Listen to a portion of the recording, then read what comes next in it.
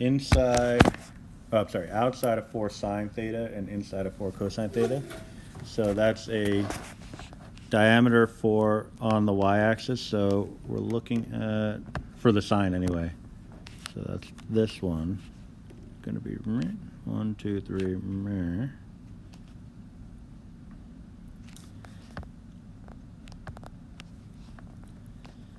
Right. Now we would need another point or two in order to figure out the shape. So, I mean, unless you happen to have a compass to draw the circle, which I guess would be fine, but you want some convenient values for sine. So maybe pi over 6, which would give you a 2 if you plug it in. So 2 units in a direction of pi over 6 would be right here. And also in a direction of 5 pi over 6. And then maybe I'll get another decimal. I'll do like 45 degrees. So that's radical 2 over 2. So we're talking about 2 radical 2. So it's about like 2.8-ish. So 1, 2. So it's like here. But you could pull that off the calculator too. Do you mind recording this? Oh, I am. Yeah.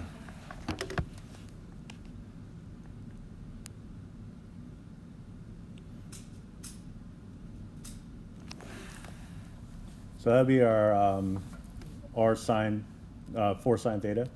The 4 cosine theta is going to have the same characteristics, just going along the x-axis. So 1, 2, 3, 4.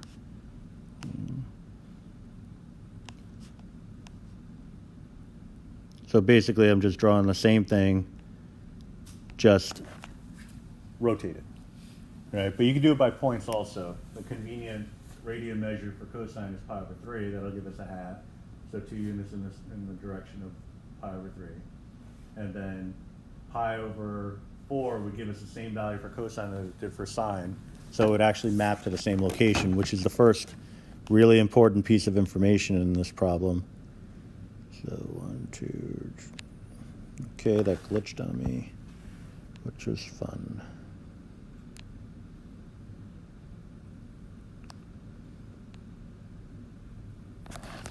So if I'm drawing this circle,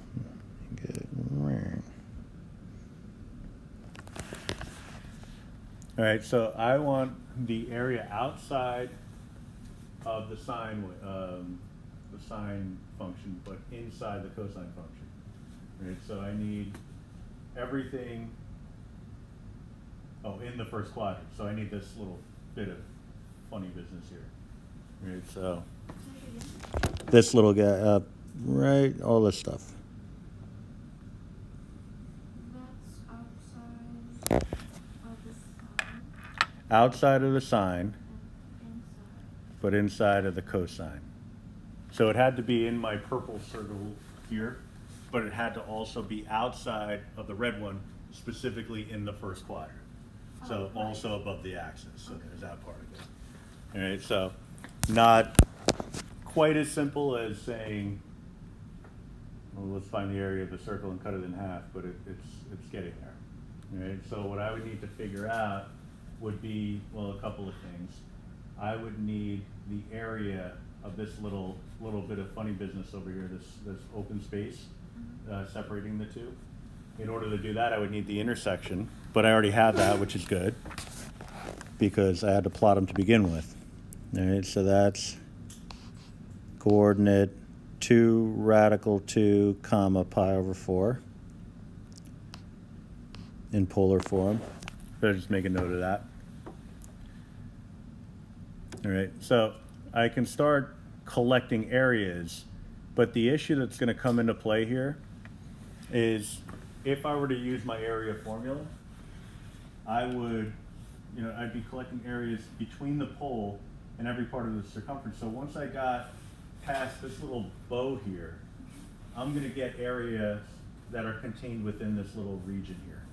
Right, so what I want to do is I want to use integral calculus, which is useful, but I also want to take advantage of some pre-calc knowledge, and that is that if I know the radius,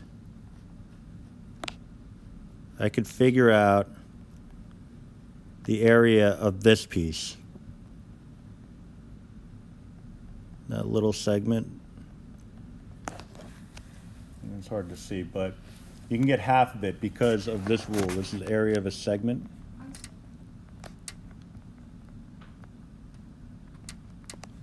In the circle.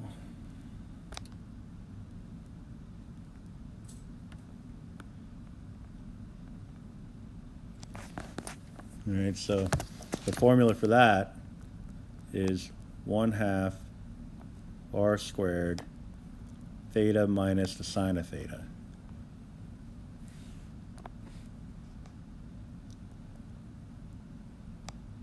Is it the coincidence that it splits in half? In this case, because they're two overlapping circles, it works out, but it seems coincidental because it hardly ever works out like that. Yeah. So they have to be two circles whose circumference touch the pole, and they have the same exact diameter. Otherwise, it doesn't work. So it's like this one specific case. Otherwise, it's all over. All right. So we have a radius of 2.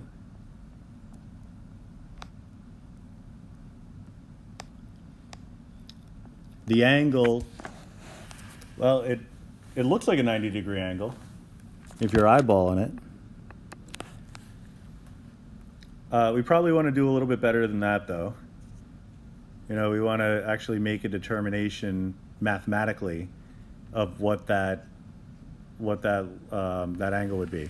So the justification would be the fact that this side we know is equal to 2. The hypotenuse, and I'll just draw the triangle out here, is 2 radical 2. Oh, I'm assuming the right angle, which is not entirely accurate.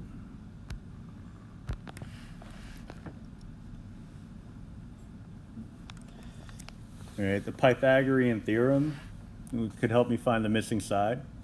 I could do 2 squared plus, let's say, b squared equals 2 radical 2 squared. So 4 plus b squared is equal to 8. So b is going to be equal to 2. So the missing side is equal to 2. And that should support the fact that it's a right triangle because it's isosceles. It's a 45, 45, 90 right triangle. All right, so you can get it that way. But maybe not. Maybe it's like, well, I'm not completely certain. We do know that this is a 45-degree angle. We do know that these two sides are congruent. So this side must be 45 because angles opposite congruent sides are congruent. And if those two add to 45, then it's definitely 90. All right, so you could tell it visually, but if you're unconvinced, there's the mathematics behind it. All right, so we know it's 90 degrees, but this formula works in radians. So pi over 2 minus the sine of pi over 2. And so 1/2 of 4, so that's going to be 2, multiplied by pi over 2 minus the sine of pi over 2 is 1. All right, so we're looking at pi minus 2 as being the area of just that one segment. All right, but we want its counterpart too. We want the other guy. All right, so if that's the case, then I would double it.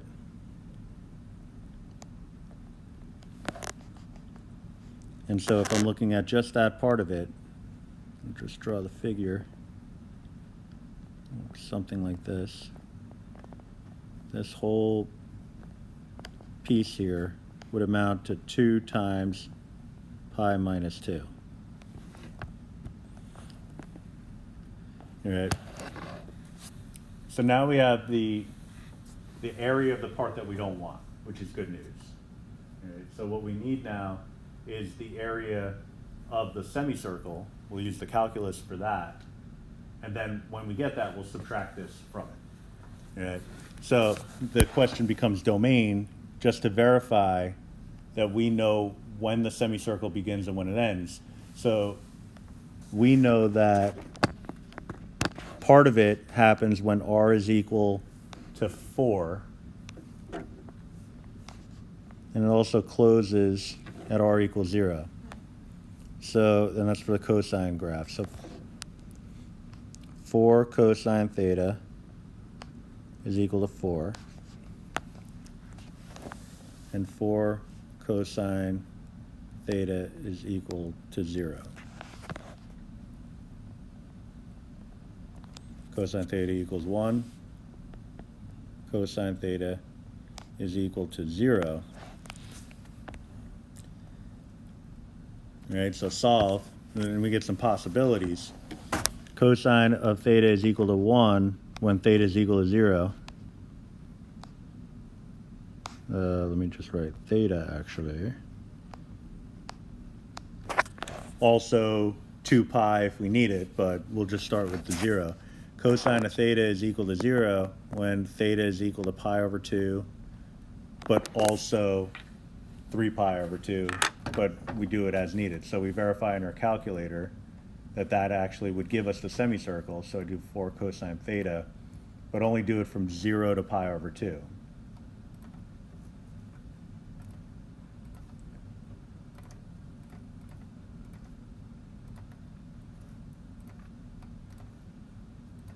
In window, right? In the window, yep.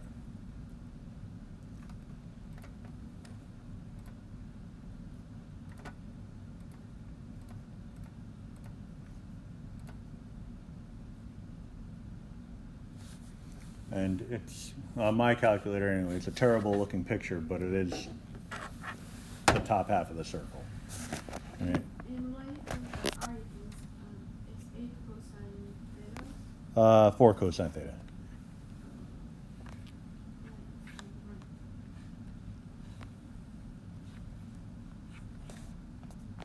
So it gives us a full loop of, not the sense. Really? And to incorporate calculus, I would find the area from 0 to pi over 2, 1/2 of r squared d theta. So the r is, in this case, the cosine function.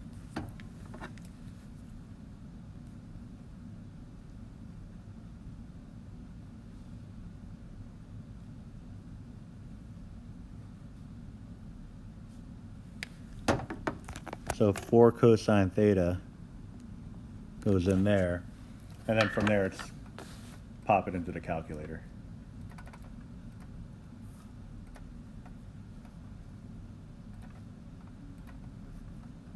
So 0 pi over 2.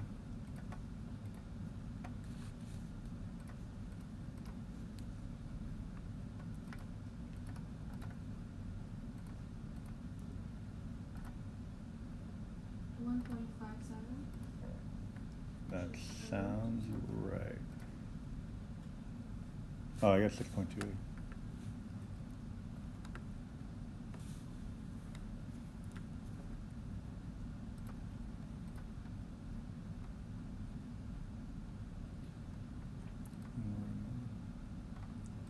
Yeah, I got 2 pi as a result for this. 6.28.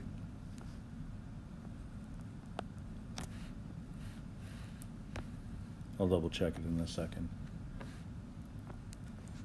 So that, well, actually, no, I guess we shouldn't have to, because if the radius of the circle is, because this is something we verify with pi r squared. So the radius is 2, so 4 pi would be the whole circle, so half of it, 2 pi would make sense. Okay, so we're going to take the 2 pi, subtract from it the part that we don't want, which is pi minus 2. And so we'll get pi plus 2.